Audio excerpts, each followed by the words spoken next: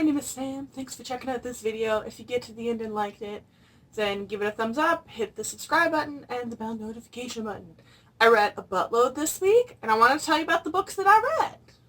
So starting off this week, I read The Mystery of Blackhall Lane by Julia Noble. I don't have it on me because there was a hold on it at the library, and I finished it, and I didn't want to just hold on to it when someone else wanted to read it. So, this was a middle grade, and it's a bit of a mystery, a little bit of, it reminded me of a lot of different things, actually. Just a lot of anything like a fun mystery with a parent who is missing that, you know, they were told they're dead, but they're sketchy circumstances, that sort of thing.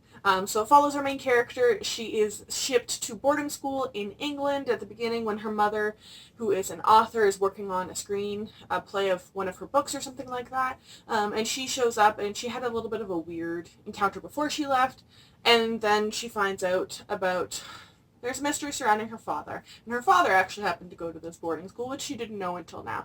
She knows very little, if anything, about her father, and her mother's quite secretive about it. She just knows that he died when she was quite young, and maybe that's not exactly true. So that's this whole plot, is her at the boarding school of finding out about these secret societies.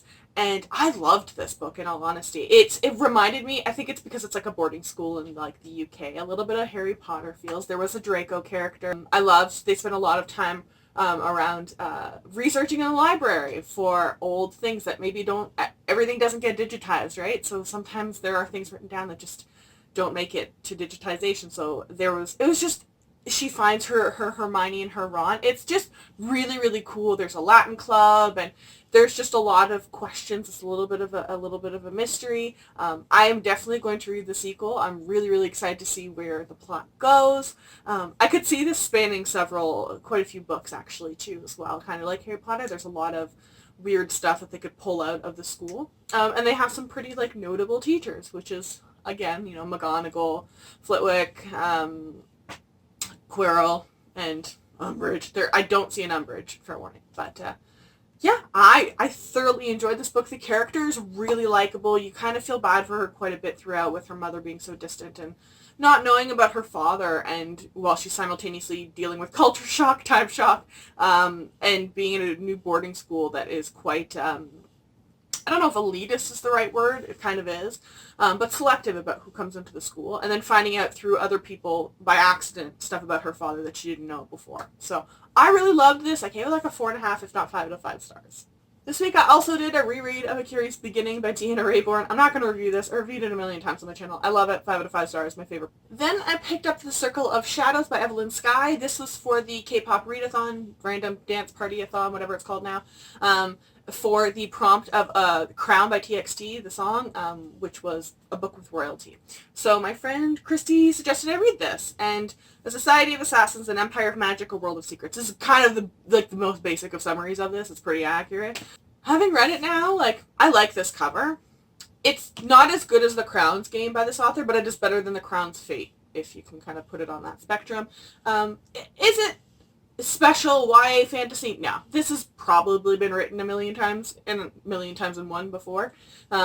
If you like the author's writing, though, this will probably be something good for you. I'm definitely going to read the sequel, but like I said, when I finished it, I was like, okay, but I've read this story before. It's nothing particularly special or unique. It's not bad. I liked the main character, especially. I liked all of the, you know, the ending isn't clean, which is a complaint that I have quite a bit.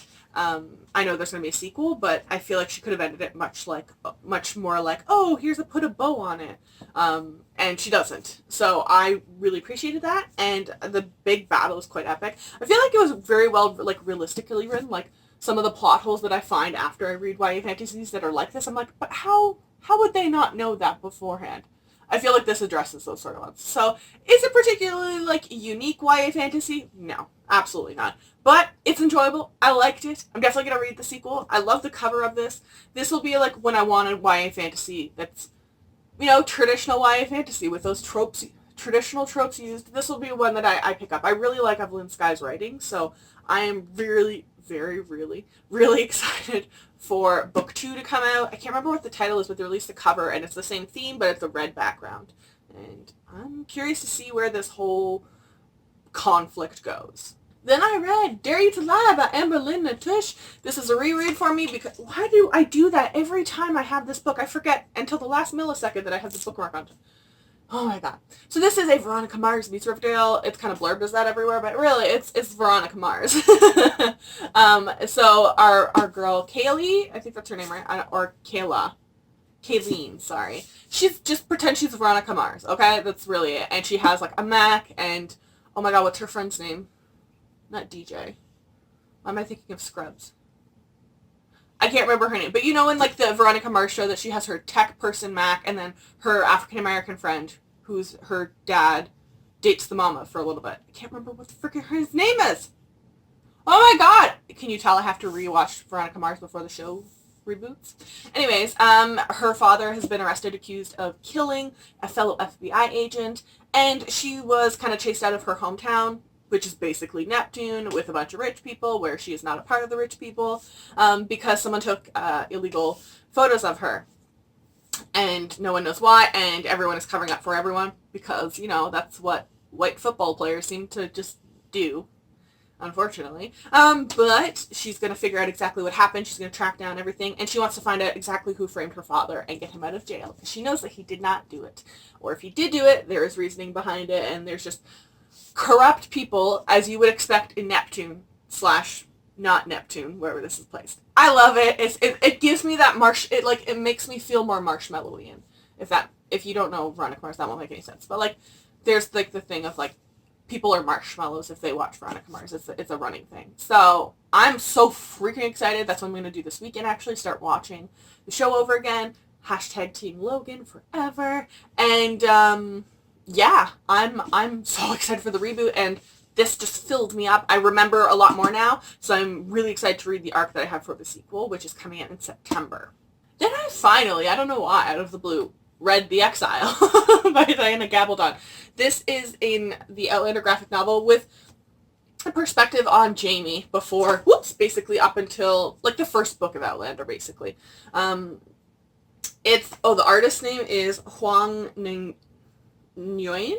I'm not sure how you say that, but I'll make sure to put it when I put the story down below. But it's him meeting Claire and everything that entailed. I feel like it was awfully similar, like almost identical to the story itself, so I don't know why it was necessary. Like, if you're going to have an alternate POV, like, give me something else that would contribute to a plot point, right? So that was a little disappointing, and maybe it's just because I don't read a ton of graphic novels, okay? I will fully admit that, but all of the Scottish characters outside of Jamie really look the same. Like, it's hard to tell in the panels who is who. I like that they use, like, asterisks when they use Gaelic, so they say exactly below, like, at the panel, like, what Sassenach means.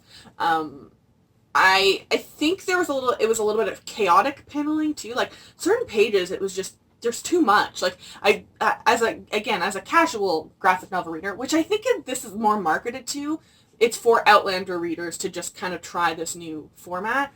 It was chaotic and a little difficult for me to follow. Like, I do know, like, generally how to read panels, but, like, it was just, there's so much happening everywhere in some pages that I just didn't know what to do, that I was like, maybe this should have just been one panel on this page or 2 panels rather than trying to make 6 panels. You know what I mean? So in the end, I give this 3 out of 5 stars. I'm really happy I own it though in my Outlander collection. I also I've been so hesitant or nervous. I really wanted to start this book, and then like I read the author's other book and it just wasn't for me. So then I was like, oh, maybe this one isn't. But A Boarding School for Assassins is like kind of something that I was like, you know what? I'll give it a go. Like, and I'm so glad I did. So I read Killing November. Adriana Mather was in the TBR and Beyond group last month, and we did a group read of this last month. I wasn't able to get to it, but I did get to it now. The concept of, like, going to a school where you get trained to be an assassin.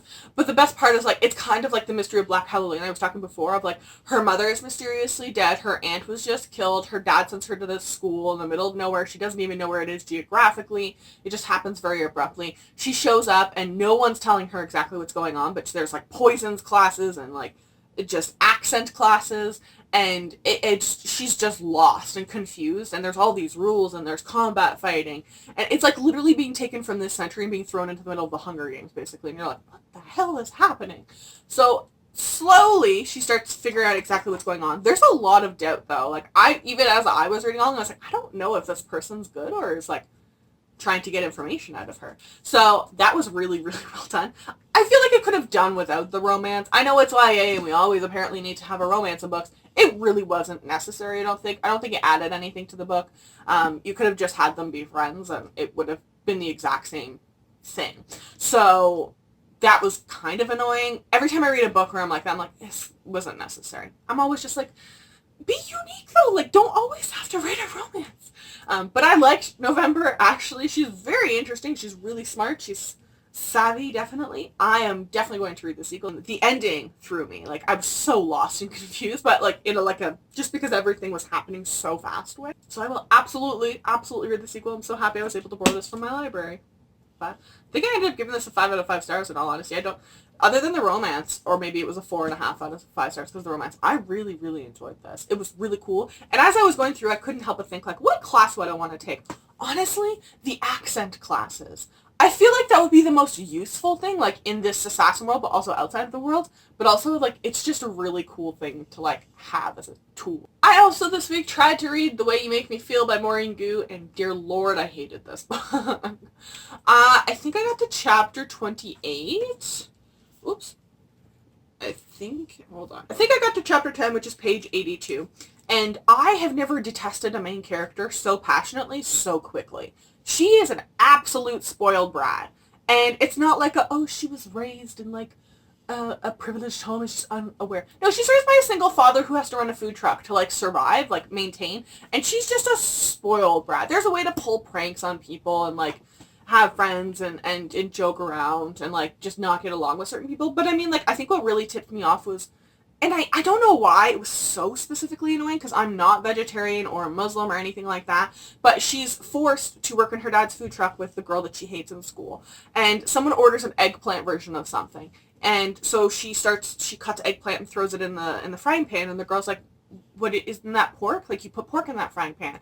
She's like, yeah, so? She's like, you can't do that. Like, people are ordering vegetarian for reasons sometimes, like it could be an allergy if they're allergic to that sort of stuff, or it could be for religious reasons, like. And then she made some comment of like, well, they'll just know that it tastes better. That just rubbed me such in the wrong way. I don't know if it's because I hear a lot of that crap where I live, but like, why is it so difficult to just be a half decent human being? And it's just like the same thing of like when people are like, could you just acknowledge me by this pronoun? And then other people have like such a big dramatic thing of like, well, I have to change my terminology. Yes, update your stupid life. I can't handle people that are like that. I love pork, okay? I'll say that. I love me bacon. I love pork loins. I didn't get to my size by being like a super strict, healthy, vegan, vegetarian, okay? But when someone asks for something like gluten-free or something like that, you freaking change the gloves you're wearing. It's just common sense. Like, I just hated this character so much. And after that scene, I was like, no, I'm done. Like, I don't know, hopefully she has like a really good like self like returning like giving good morals arc, but she's just a crappy main character. I don't want to read a book with that main character. And lastly, I picked up Nevernight by J. Kristoff. We are doing a group read of Nevernight and God's Grave because Dark Dawn comes out in September. I ordered the Alchemy and Ink box for it. I haven't ordered a subscription box in forever, and it has a throw blanket, I think it was, and like a sweater and other couple of things in it. So I'm really excited. So I reread this.